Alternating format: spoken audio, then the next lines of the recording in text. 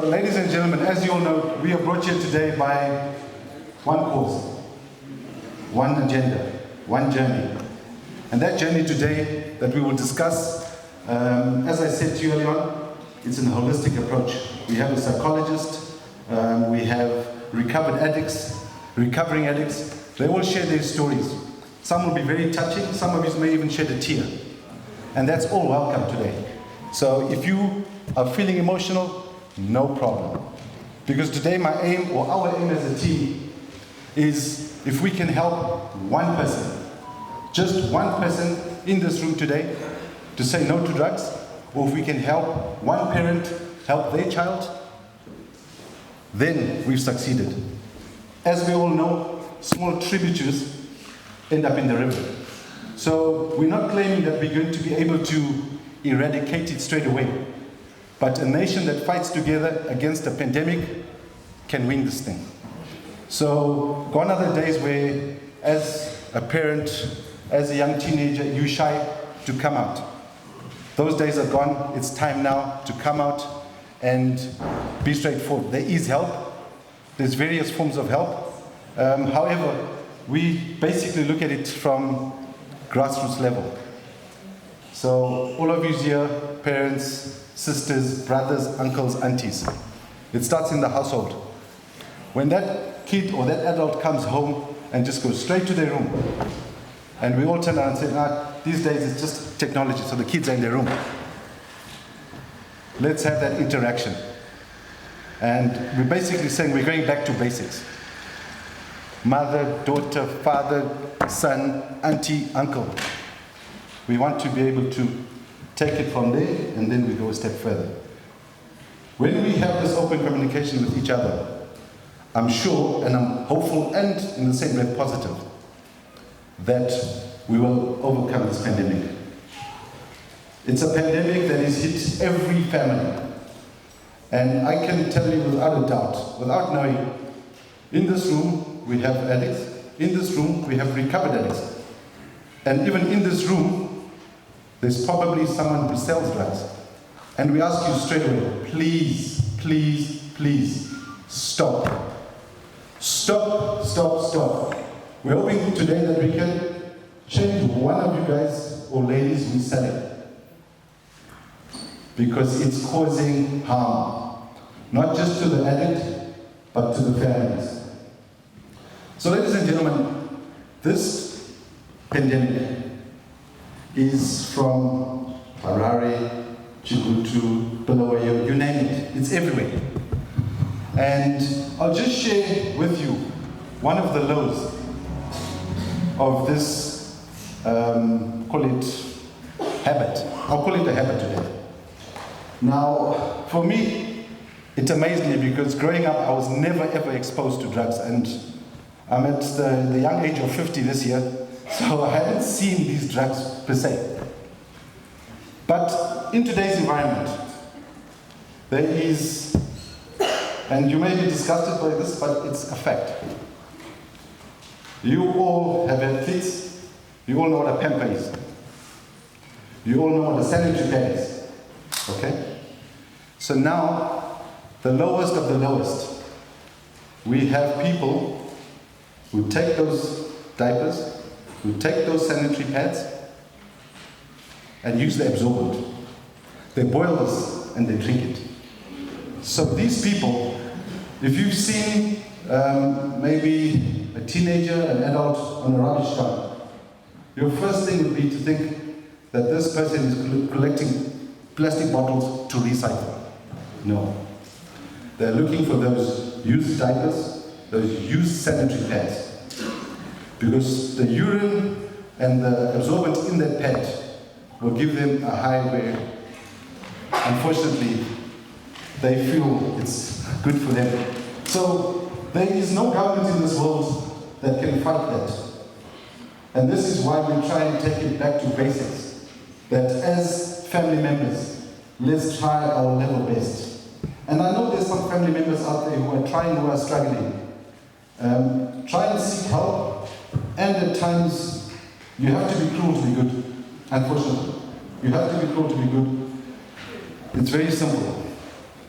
If locks need to be changed, they be changed. I know I say that, maybe it sounds a bit too harsh, and maybe some of the psychologists will shoot me down. I'm not a psychologist, I'm not a recovering addict, but to have your child, or your husband, or your wife go through this, it's traumatic for those other people. So those young people end up, I'm really pleased to see that we have a big array of young people. They are our future. So please give all these young people a round of applause.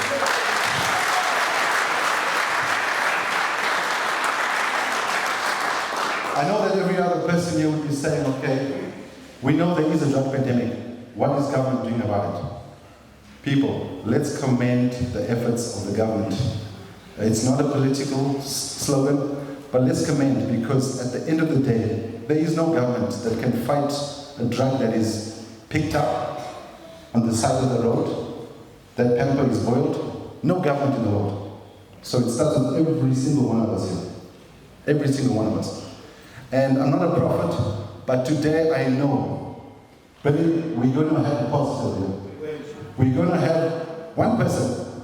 Today is going to leave you and say, I'm done with it. It will be hard, but you will forget.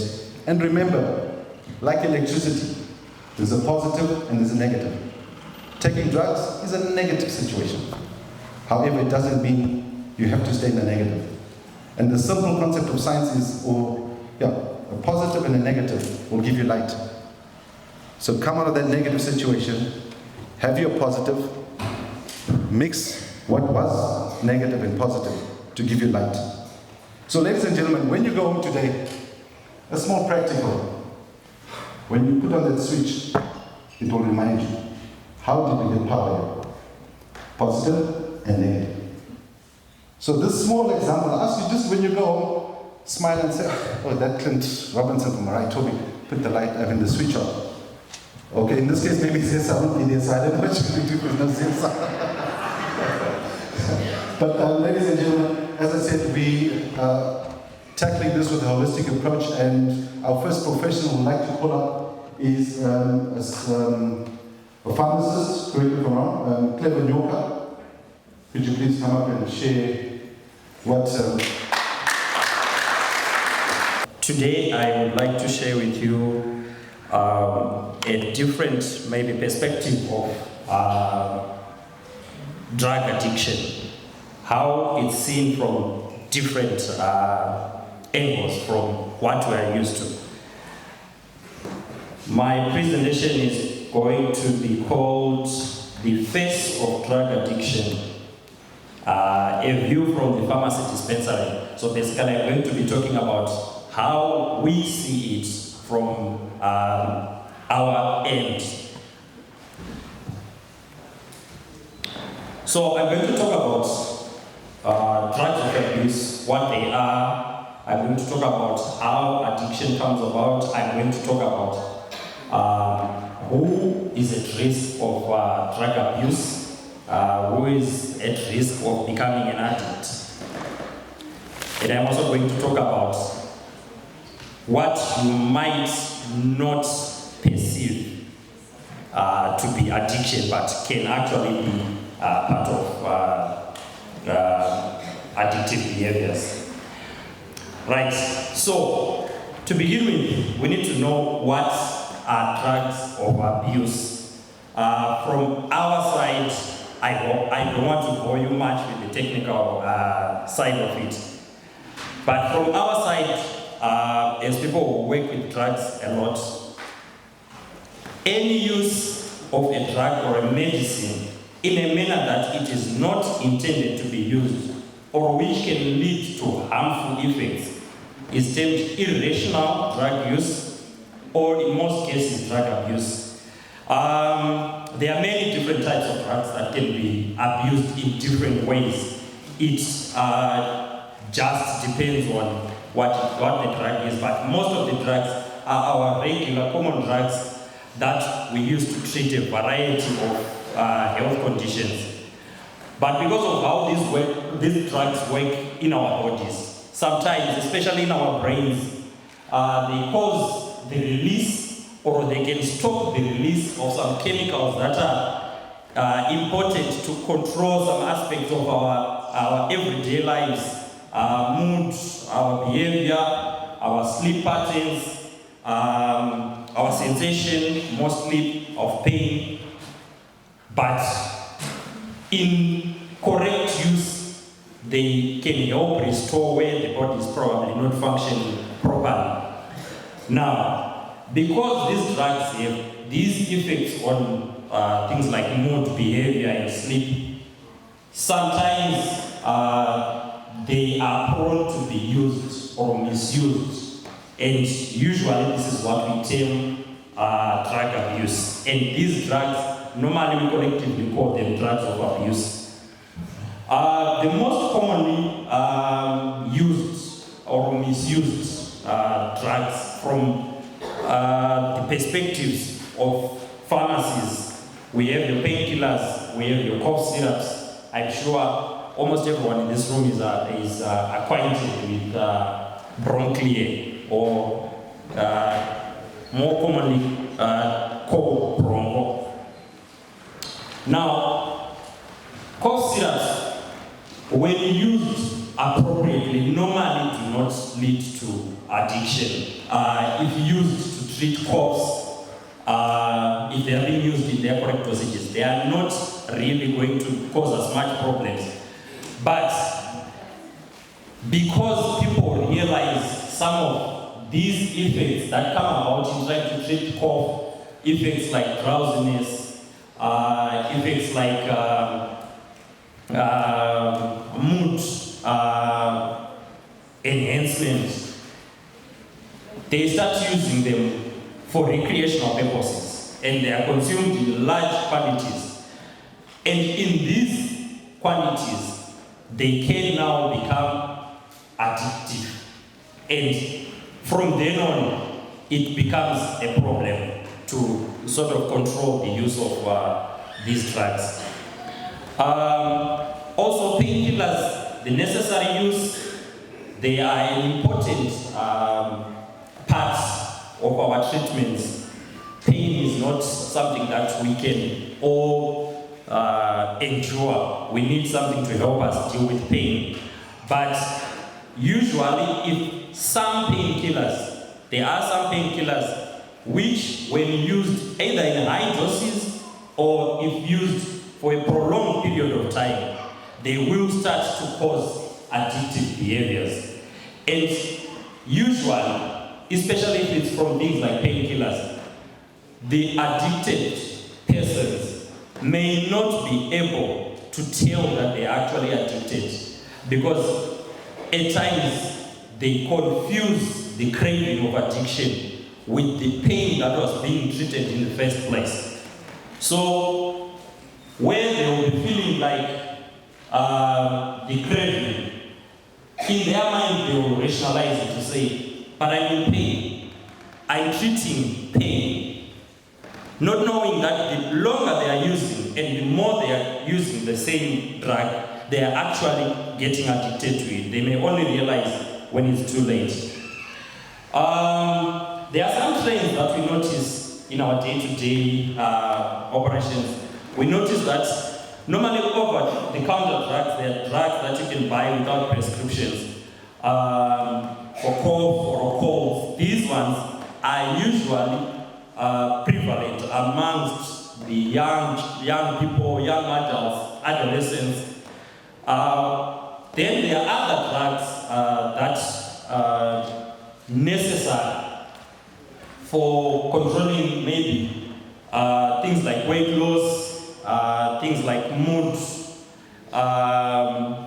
These usually you will find they are mostly sometimes gender-based, sometimes they are age-based, but you will find you can actually get people misusing things like weight loss drugs, thinking, well, I'm trying to manage my weight, but it starts to become a behavioral thing. And this can be harmful if it gets prolonged.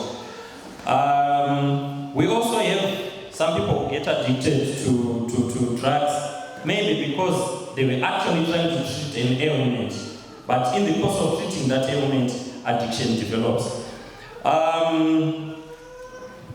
We need to maybe come to terms with how, or maybe appreciate how drug addiction evolves.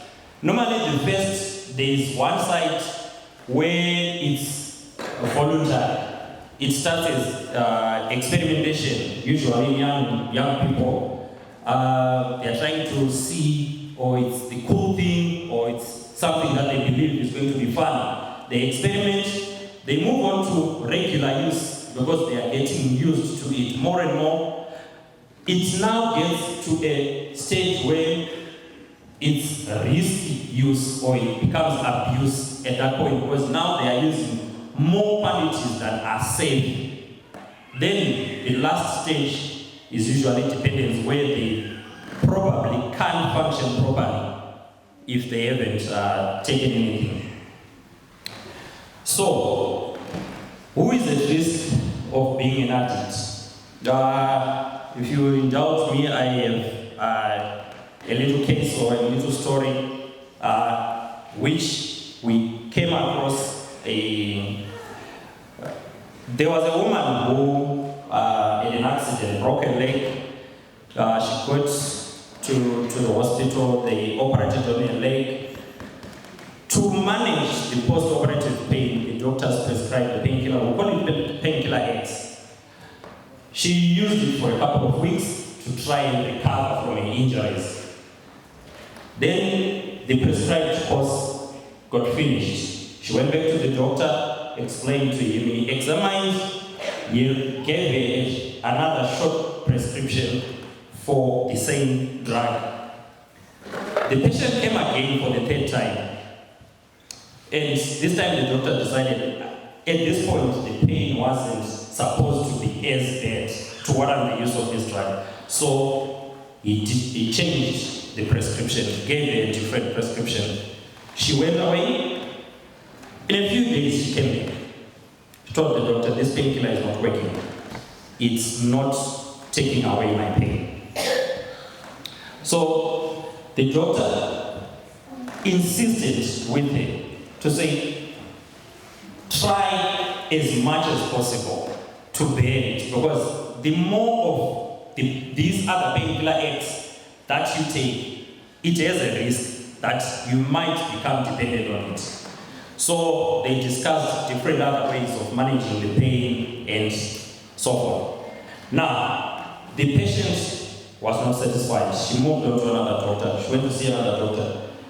Asked the doctor, can you prescribe me a painkiller? I'm in pain. This is the type of painkiller that is I'm responding to. So she needed a painkiller X. So the doctor, because he was seeing her for the first time, he did not suspect that there could be anything. So he examined, he also saw that she was visibly distressed, so he gave her a short prescription for a painkiller.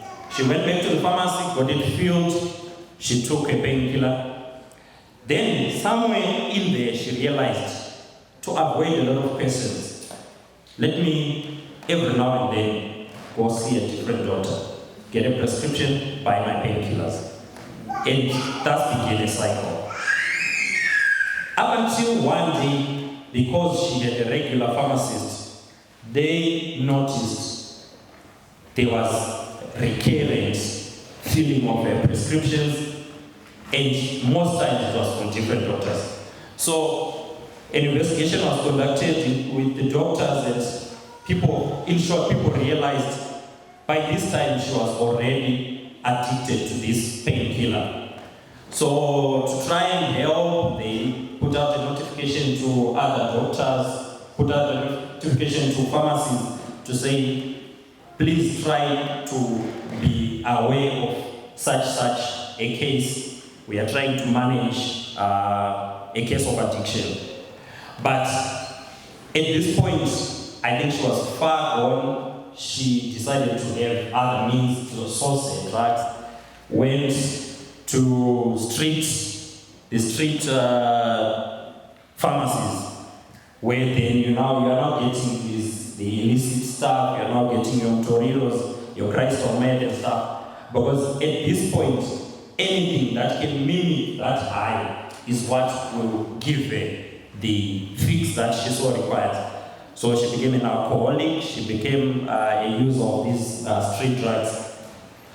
And from being a woman who was gainfully employed, she lost a job, she could not hold a decent job, she could not perform at work, she lost a job, and ended up living like a vagabond or homeless person. She lost her family because generally it's difficult for people struggling with addiction to have good relations and sustainable family units. So, to reflect from this story, we will see that drug abuse is not only about mischief. It's not only about people being mischievous and seeking reckless fun. Sometimes people get into these situations because of some circumstances that may be beyond their control. Like in this story, you realize this woman did not get to become an addict because of choices that she made or that she was irresponsible. But she failed to recognize the signs of her own addiction. And the people surrounding her, including the doctors and pharmacists who were attending to her, failed to notice in time the altered health-seeking behaviors that she was displaying, and could have maybe earlier on helped her withdraw from this drug. So everyone is at risk of becoming a drug addict. Your rich people, usually there was an idea that, well, it's the rich people, they are the ones who can get access to buy those fancy drugs. In some circles, it was the poor people, because they are so distraught in life, they need something to drown their sorrows. In some circles, it was black people. If you go to the Europeans, the Americans, there is a stereotype where it's the black people. In some circumstances, you will find also some who say it's the white people, it's the Chinese, it's the Indians, it's this one, it's the South Africans. But in the end, no matter your skin color, everyone can end up as a drug addict. So, even those who we think know these effects, too much details, your doctors, your pharmacists, they are also susceptible to become addicts. Even when they know the effects, they can also become addicted to these drugs. And sometimes these people are even at a greater risk because they have access to the drugs because of their professions.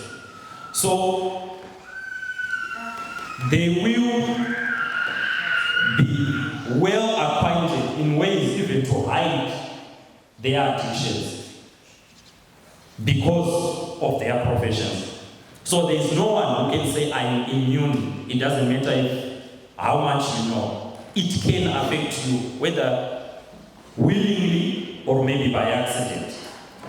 There are also those, especially the youth, that with the experimentation, people start being creative, getting fake prescriptions, we see it. Others also make deals with some corrupt pharmacies. We can't hide from that, that's a fact. They get fake prescriptions or they get drugs in crooked ways. So it's all part of how drugs end up in our society. It's no longer just about the boys by the corner hiding and passing drugs through in clandestine ways. it's now in a lot of dynamic ways that access to these drugs is now out there. So in conclusion, when I started, I said I wanted to, my focus was on the face of drug addiction. Now, to define what is the face of drug addiction, how then do we know what is it that we call the face of addiction? The face of an addict can be anyone you meet on the street. It could be your priest at Sunday service. It could be the rich guy you emulate in your hood, like what people are terming these days Mbinga. It could be that seemingly well put together professional guy or lady with a good job. It could be the bright student at school who everyone praises. Or it could actually, in some cases, be that guy by the corner, whom everyone suspects, this guy, he should be an addict. He is a dealer. That guy can also actually be the face of a drug addict. Some people may have become addicts out of their own choices, like we say, experimentation, reckless fun-seeking. Some out of circumstances that they could not foresee. But in the end, the effects that drug addiction has on the society will affect us in the same way. It doesn't matter if it started as fun. It doesn't matter if it was accidental. It still affects us in the same way. Because once someone is an addict, the behaviors are usually the same. So we all as a society need to be conscious of the realities of drug addiction as it is, without stereotypes. We don't want to be blinded by stereotypes to say, but he doesn't look like an addict, so I'll give you the benefit of doubt. We need to be aware of the signs and behaviors. We need to teach each other. I'm sure we have psychologists, we have other speakers who will speak as to the behaviors that may be exhibited by drug addicts. We need to be aware of this so that we can come up with support systems to identify and to help those who get caught up in these practices. And most importantly, to control and limit access to drugs that can be abused. From the medical fraternity, I'm sure my fellow colleagues who are present, they will agree that there's a need for an integrated approach. The doctor has to be in communication with the pharmacist, has to be in communication with the psychologist to come up with ways to better treat our patients in a way that doesn't leave them vulnerable to some of these practices, and come up with ways to stop the unnecessary access to these drugs, because we are the custodians of a lot of these drugs that are being abused. So we should have a holistic approach to our patient care in order to play our part in controlling and putting an end to the scourge that is drug abuse. To end, I would just like to say recovery from drug addiction is a marathon. It's not a sprint. So you just don't stop. You keep working at it. You work at it every day, even when you feel you have overcome. You still need to put in the work. I thank you. Thank you. Good afternoon, everyone. My name is Simon, and I'm an addict through and through. I'm in recovery, fortunately. I'm just going to check my notes here. No, 12 mil peanut butter. Hold on 1 second. Sorry, that's the wife's shopping list for afterwards. I'm just going to give you a brief 2-minute story about my life as an addict. I want to focus more on how we can get away from addiction. So I was born here in Bulawayo, born and raised. Had a very good upbringing, very fortunate upbringing, which for I'm blessed. I think I started taking, it started with cigarettes at the age of 16, alcohol maybe a bit younger, just one or two, and it progressively became worse and worse the older I got. By the time I was 17, 18, I smoked my first marijuana.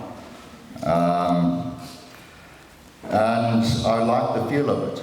It made me feel relaxed. I was in a social setting.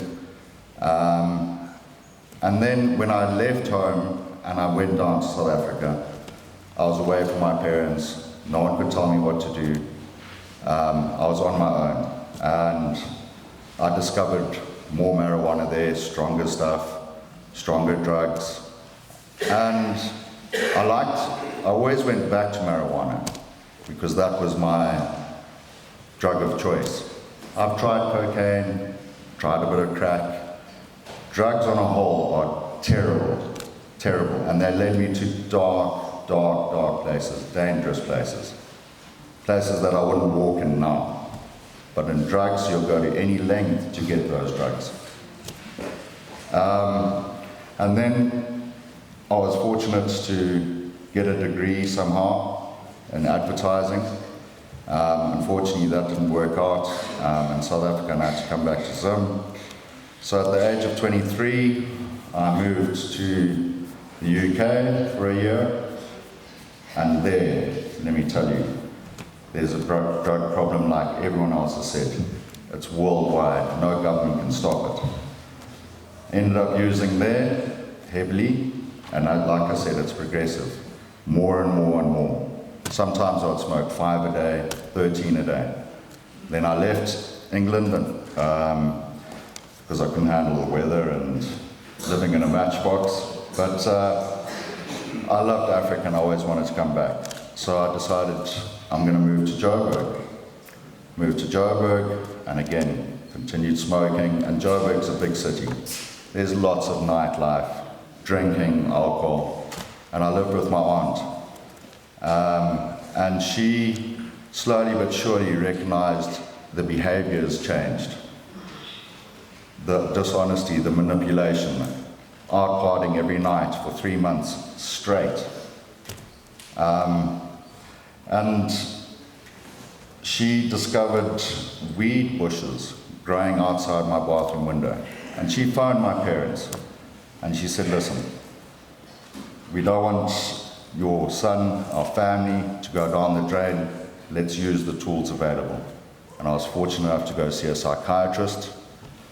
And we chatted and I was completely honest with him. He said, how much are you doing? And I said, I opened up, I admitted, I said, listen, I've got a problem. I'm smoking a lot.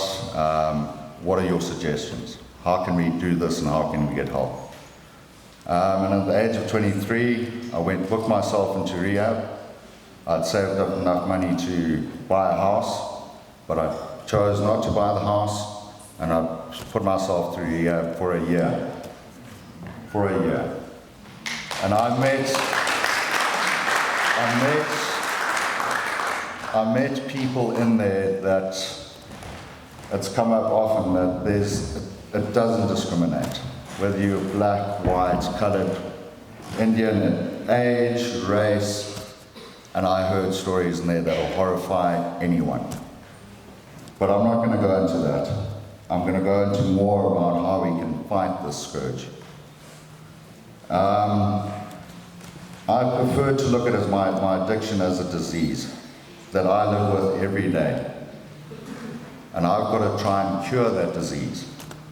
And it's not easy. It takes courage, it takes honesty, because addiction is a cunning, baffling, and powerful disease. That's the way I look at it.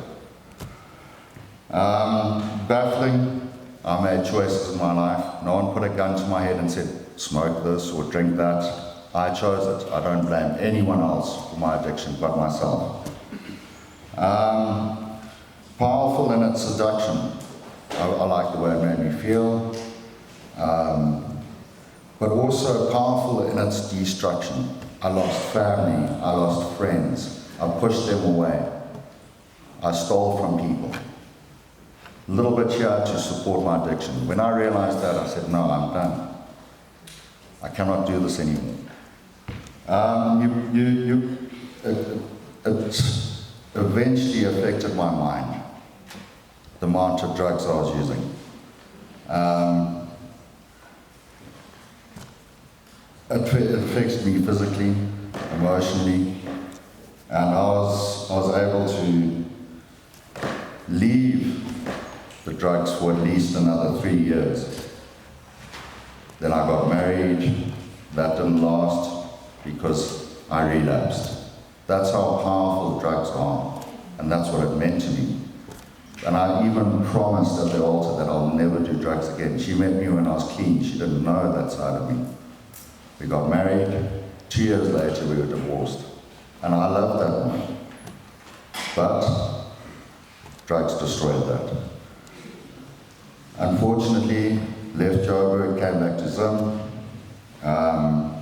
carried on with my life. Now I thought, I'm free, I'm single, I can go partying again.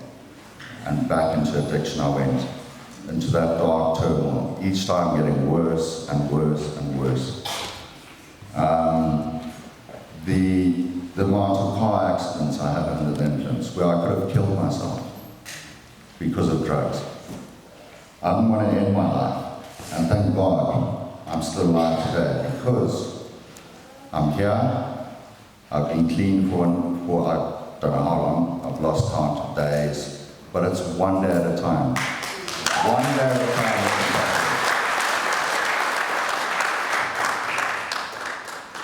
I want to talk more about the tools of recovery that I had at my disposal. There's a program called Alcoholics Anonymous, Narcotics Anonymous. They exist. There's a group here in Bulawayo. They meet twice a week, and you talk, and you open up. If you haven't got access to going there, speak to a psychologist, speak to your doctor, use the tools available. I was fortunate enough to go to RIA, some people aren't. Use what support we can to fight this. It's not easy. Take it as it comes, and you need family support. An addict needs love, and you need to turn that negative into a positive. Change that manipulative behavior. Stop lying. Be honest. It takes courage to be honest. It takes strength, but you have to be willing to admit you've got a problem and you need to seek help. And if you can see someone is struggling, say, listen, can I help you? Let's go to a meeting. The meetings are free. There's even free coffee and tea there if you're desperate for a cup of coffee. Going to meetings and networking as much as we can to try and fight the scourge. I've seen it. It's in every city in this world. And we need to stop it right here at home. And it starts with a small thing. If we can help one person, it'll be great. I'm blessed today to have found my higher power that I grew up with. I had a religious background when I was younger, but I lost my way. But now I'm back, and I try and live my life as best as I can. I'm practically married. I've got a daughter, and I've got my own business, which is semi-successful. Times are tough, but I'm happy to be where I am, and I just take it each day as it comes. Thanks for letting me talk. I'm a clinical psychologist from Enguchen Hospital, so I'm going to talk about how it affects your mind, your mental well-being. So, to begin with, drugs can be classified in various aspects, but for today I can just mention three. There are some which are called stimulants, others are called depressants, and others even hallucinogens. So just mention those three in brief. So when we are talking of hallucinogens, we are talking of drugs which can make you hallucinate. So when you hallucinate, in most cases, that's where again you end up at Enguchen Hospital, and you'll be diagnosed with what they will call probably acute psychotic disorder or substance use disorder. An example is more of an ecstasy, is an hallucinogen as well. So when you're in this state, now you are supposed not to rely on antipsychotics, because antipsychotics are the ones which are probably help in treating both auditory, visual hallucinations. You can even end up having tactile hallucinations and olfactory hallucinations. So it will be, I mentioned that you end up having substance use disorder from the hallucinogens as well. Then the depressants, people end up even getting into depression because of the depressants as well. The depressants, for example, the marijuana, even at times the bronchi. In most cases, they'll be saying, "Inshona agastika." You are not doing anything. You are depressed as much as you are enjoying yourself in that depressed state. So, if the marijuana, the bronchi are part of an example of the depressants, part of it. So again, you end up getting admitted at the hospital, being treated for depression, but depression which has been induced by drugs. So now again, apart from the drug, you end up getting antidepressants, of which, like what some of the drugs, like what the pharmacists were saying, might end up even being addicted to those. Because we'll be trying, especially on the antipsychotics, we'll be trying to remove the hallucinations, but some people abuse the antipsychotics as well and take them as a drug. So again, drugs can even end up on the depressants, can even lead to suicide. Okay, on the stimulants. Stimulants, they elevate your mood. So suppose, let's say the normal mood of a person, you are at 50. Let's say below 50, 45 to 0 is being on the depressive side. 55 to 100 is being on. I have accepted that this is happening to me and I want to change.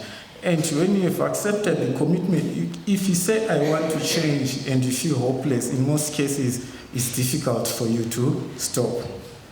But if you're accepting that I want to change, see the positive side, the commitment, the values, and put value to say, within a week I want to buy a Mercedes, within a week I want to do this.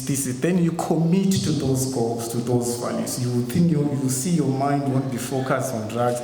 You are shifting your focus to something positive, something that can help you from the focus of wanting to take drugs and continue abusing drugs.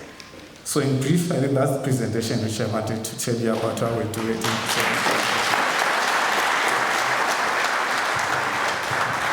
Thank you very much. As his name suggests, in Shona Tapara means we're happy. We're happy to see every single person here. Next up, this is a very critical part of this campaign, and we'd like to commend this department. They are inundated with having to deal with people who sell, people who take, and the thrust is, if you see it, say something about it. So ladies and gentlemen, send the message out today that if you're prepared to do the crime, be prepared to do the time. Okay? If you're prepared to do the crime, be prepared to do the time. Unfortunately, as Tapara said, that you could get caught up on the wrong side of the law. We've had some recent issues where a young teenager was in the car with his friend, and his friend was, call him the merchant, sorry. They both got locked up. Guilty by association. So you can have a friend, oh no, my friend takes drugs, yeah.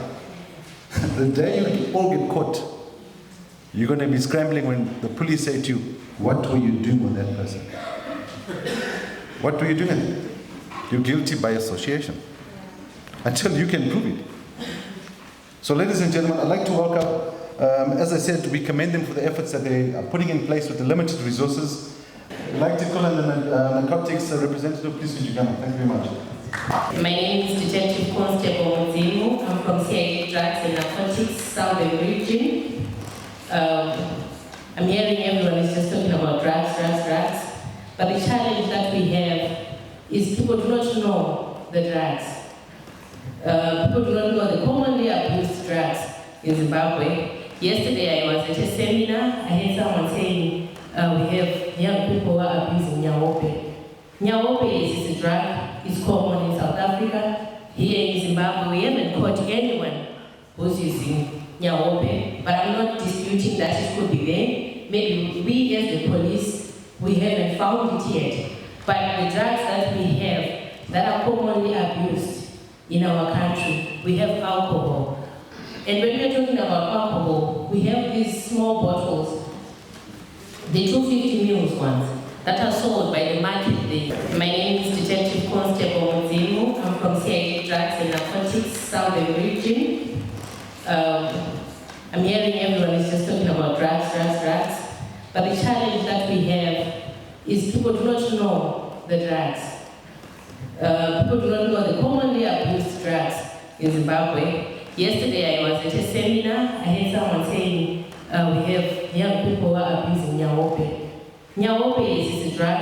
It's common in South Africa. Here in Zimbabwe, we haven't caught anyone who's using nyaope, but I'm not disputing that it could be there. Maybe we as the police, we haven't found it yet.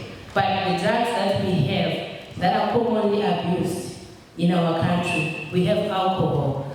And when we're talking about alcohol, we have these small bottles, the 250 ml ones, that are sold by the market there, commonly known as the njengo. It's just alcohol that has not been prepared properly. It's so cheap, it goes for $1 for 3 bottles or $1 for 2 bottles, depending on where you buy. So it's one of the commonly abused drugs, especially in the western part of town, in the western suburbs. We also have Dacha, Mbanji, Skunk, Bush, Malawi, Zalawi. Those are the names that we give it in the street, so that when you go to buy, you make it easy, because the people who are selling, they also don't want to make it easy for the police. So we give it names so that it becomes very difficult. And Dacha goes for $1 for a small sachet.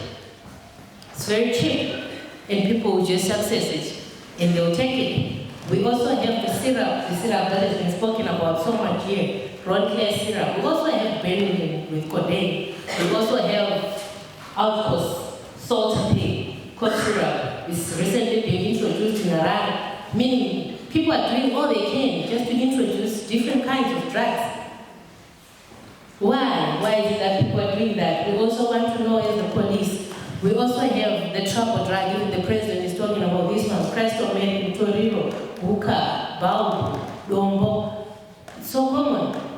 We consider it as a hard drug, but now it's very cheap. It costs about $3 a packet. I'm not marketing this stuff.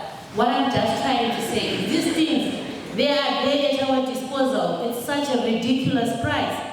How come? And why is it that everything is not going away? How come it just keeps coming and it's not going? We want to talk about the legislation now. What's happening with the legislation in Zimbabwe? It's not deterrent enough. You find a bottle of Bronte syrup, it goes for $8 or $10, depending on where you buy. If I arrest someone who's got the bottle, do you know how much they pay? It's fine.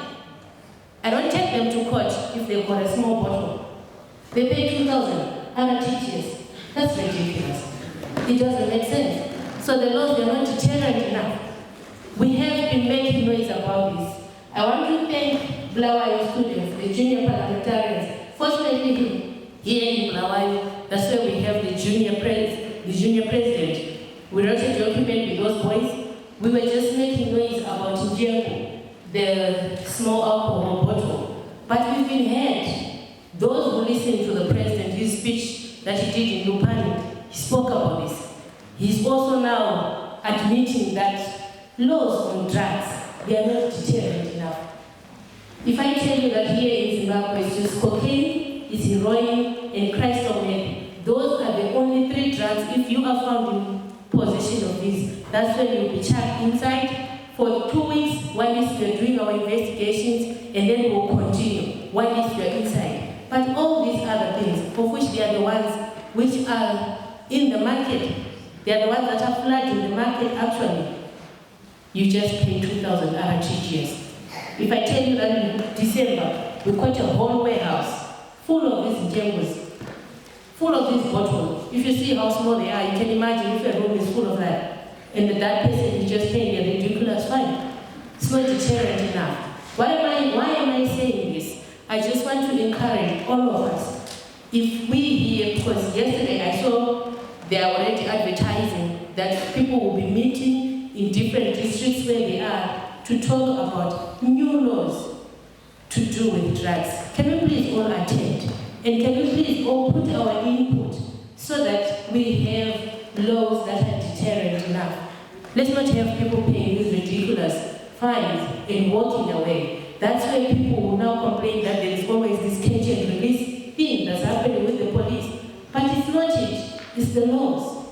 It needs me and you to work on it. I was asked to give a breakdown on statistics in terms of traffic accidents and drug abuse. Unfortunately, as the police, we have not been recording this. But when I went to the traffic section today just to inquire about this, they told me, yes, they have attended scenes of accidents where they find that this person is intoxicated, this person is drunk, but they have not been recorded. It's actually in our wake call for us to now start taking down, to see, so that when we come back, maybe sometime, maybe after 4 months or 3 months, just to look back, we will be having figures to say accidents that have been happening.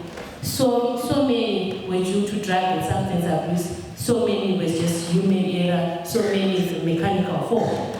And then when Mr. Justin came here, he talked about the 255 arrests. I'd like to say that today we are at 267. We are trying, and here we are looking at Flower only. We are not looking at other districts. We are making efforts. The latest one, I went to court today with a guy who was caught with 365 grams of crystal meth. It might be grams, but if you see a sachet, you come here and see the sachet in my box, the sample, it's so little, it's not even a gram.